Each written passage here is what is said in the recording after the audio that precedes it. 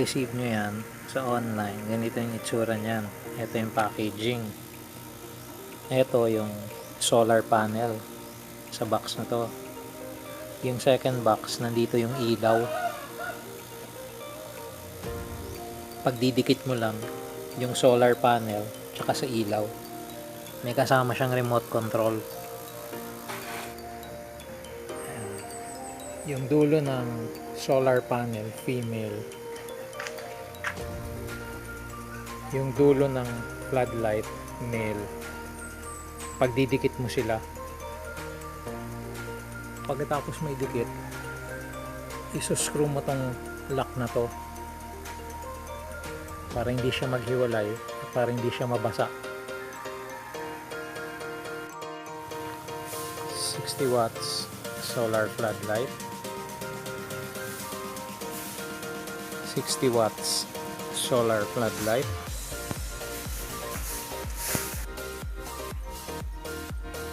60 watts solar floodlight,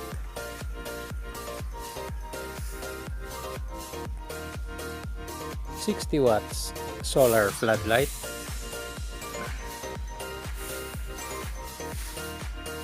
60 watts solar floodlight,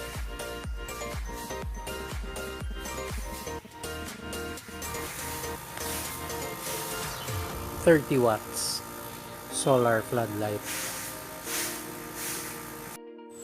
Pwedeng nakatali lang gamit ang alambre.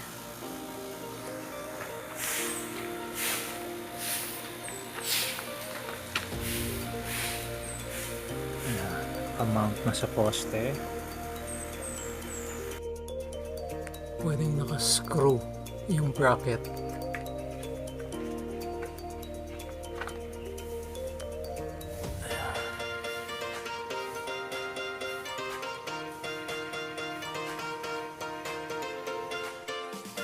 Sa bakal na bubong, para hindi ka na magbutas, pwedeng magnet ang gamitin mo.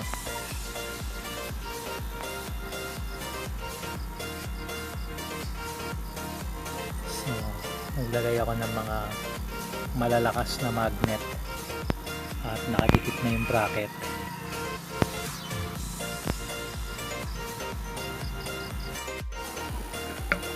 Napakalakas na magnet.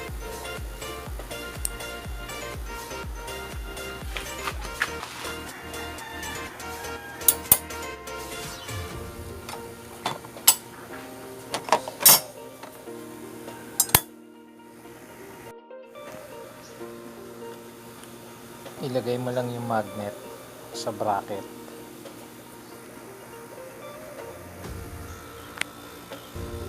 Tapos good to go ka na sa kahit anong bakal. Didikit na yan. Yung 10 kaya na, pero para sigurado 20 ang nilagay ko.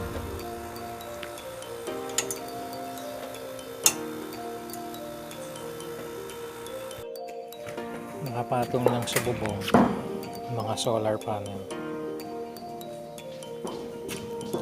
sa lugar na na-expose ng sunlight. Patong mo lang sa bubong yung pinaka naaarawan na area.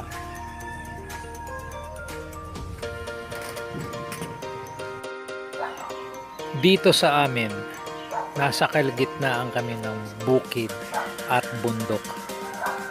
Hanggat sa nakikita ng mga mata mo ay pag-aari ng kapitbahay namin. Kaya pagsapit ng dilim, wala kang makikita rito kung hindi kadiliman.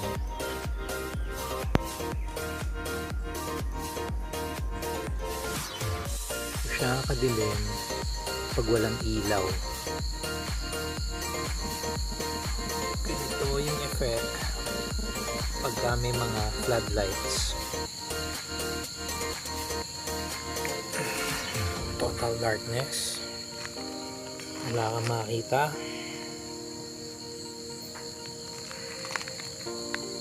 Ilaw. Okay. Kita ko how bright yung kaya niyang pailawin. So yan yung 60 watts. So i-off ko siya. Yan. Off. On. Strong enough. Off. On.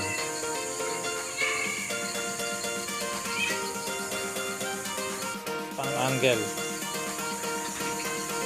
Off. On. Off. On. So, maliwanag din siya.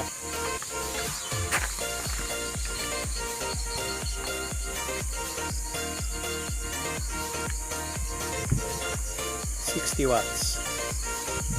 naka-attach by magnet sa roof.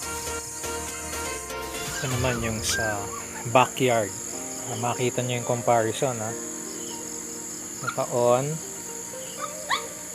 off natin. Yan, total darkness, wala kang makita, makakagat ka ng ahas. On.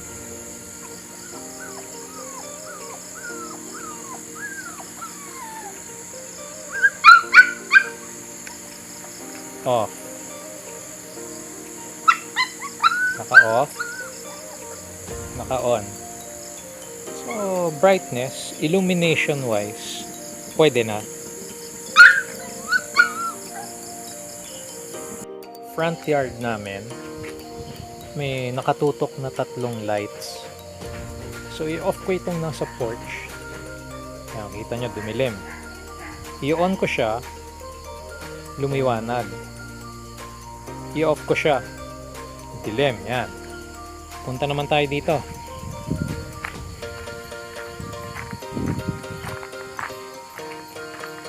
I-off ko naman to.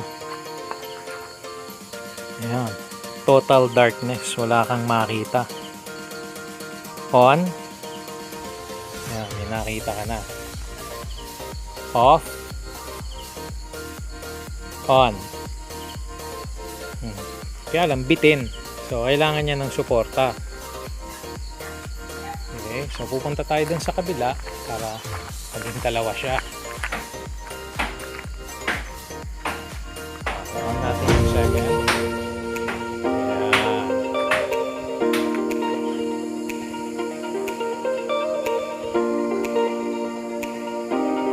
So, well lit na siya. Hindi na nakakatakot. Kaya lang kailangan pa rin ng alalay ng light doon. Kasi madilim dito eh. Gubat.